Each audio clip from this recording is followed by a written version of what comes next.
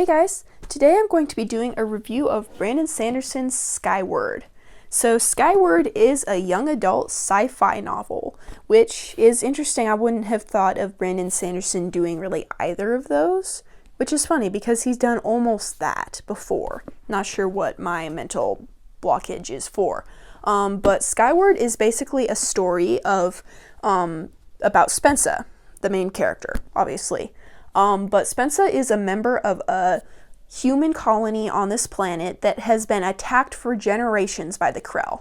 The only thing keeping them alive is the fighter pilots who constantly fight off the Krell. Spencer wants to become one of these fighter pilots, but she has one problem. Her father was a fighter pilot before her, but he was a coward. He turned back in battle, and being a coward is pretty much the worst thing possible that you can be within the Defiant League, which is the colony that she's in.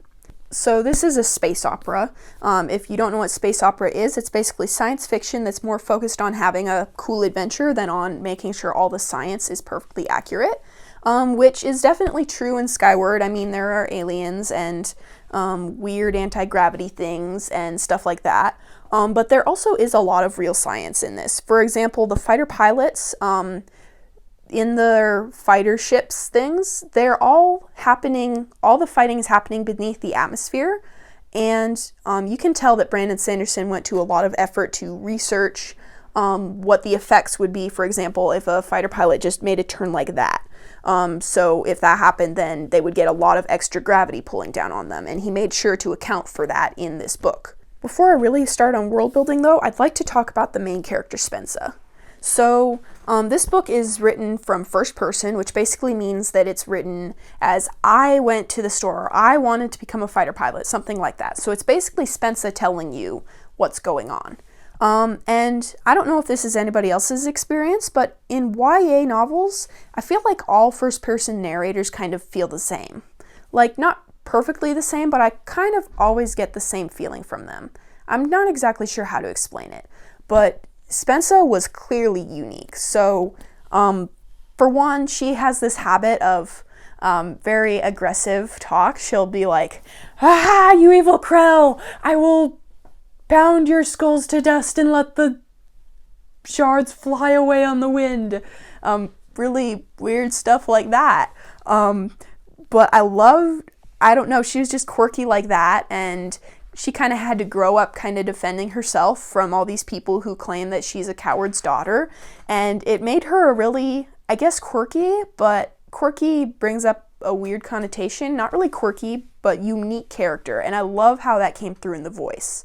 All right, now I'm ready to talk about the world building. So I love how Brandon Sanderson went to the effort of kind of showing how this civilization came to be. So the Defiant League, which is the colony that Spencer is a member of, came from this spaceship crew that basically crashed on this planet, and they're being attacked by the Krell, and the only thing that allows them to kind of come together and have a real civilization is these fighter pilots fighting them away. And so the fighter pilots are venerated, and they've been fighting for so long that fighting and defiance is all very important, whereas cowardice is like the worst possible thing that could happen to anybody. And that's why her father being a coward is so bad. All right, time to talk about the theme. So part of what I loved about this book was Brandon Sanderson basically used every part of the book, the setting, the characters, the events that happened, everything to bring out the theme. And the theme is basically what makes a person brave or what makes a person cowardly. And it's interesting to see that in this society where bravery and defiance is the most important thing there is. And as Spencer is certain that she's going to be strong, and certain that she's going to be brave, she kind of, as she's beginning to go into situations where she needs to be brave, she kind of is like, okay, bravery is not what I thought it was, and being cowardly is not necessarily what I think it is. And you kind of get to see the balance between being smart and not just recklessly brave and being a coward and stuff like that. And it's interesting. Another thing I'd like to note, there is some character death in here, which is common in sci-fi and fantasy.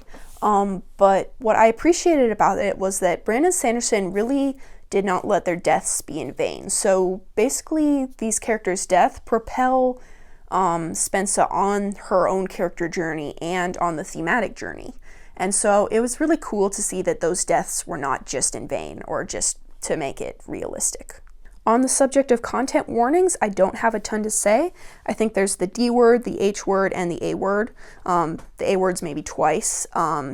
There is maybe one instance where somebody tried to do a less than appropriate joke, but it wasn't really too bad. Other than that, this is a great book. I would totally recommend it. And yeah, I really love this book. It's amazing. All right, moral of the story is go read Skyward.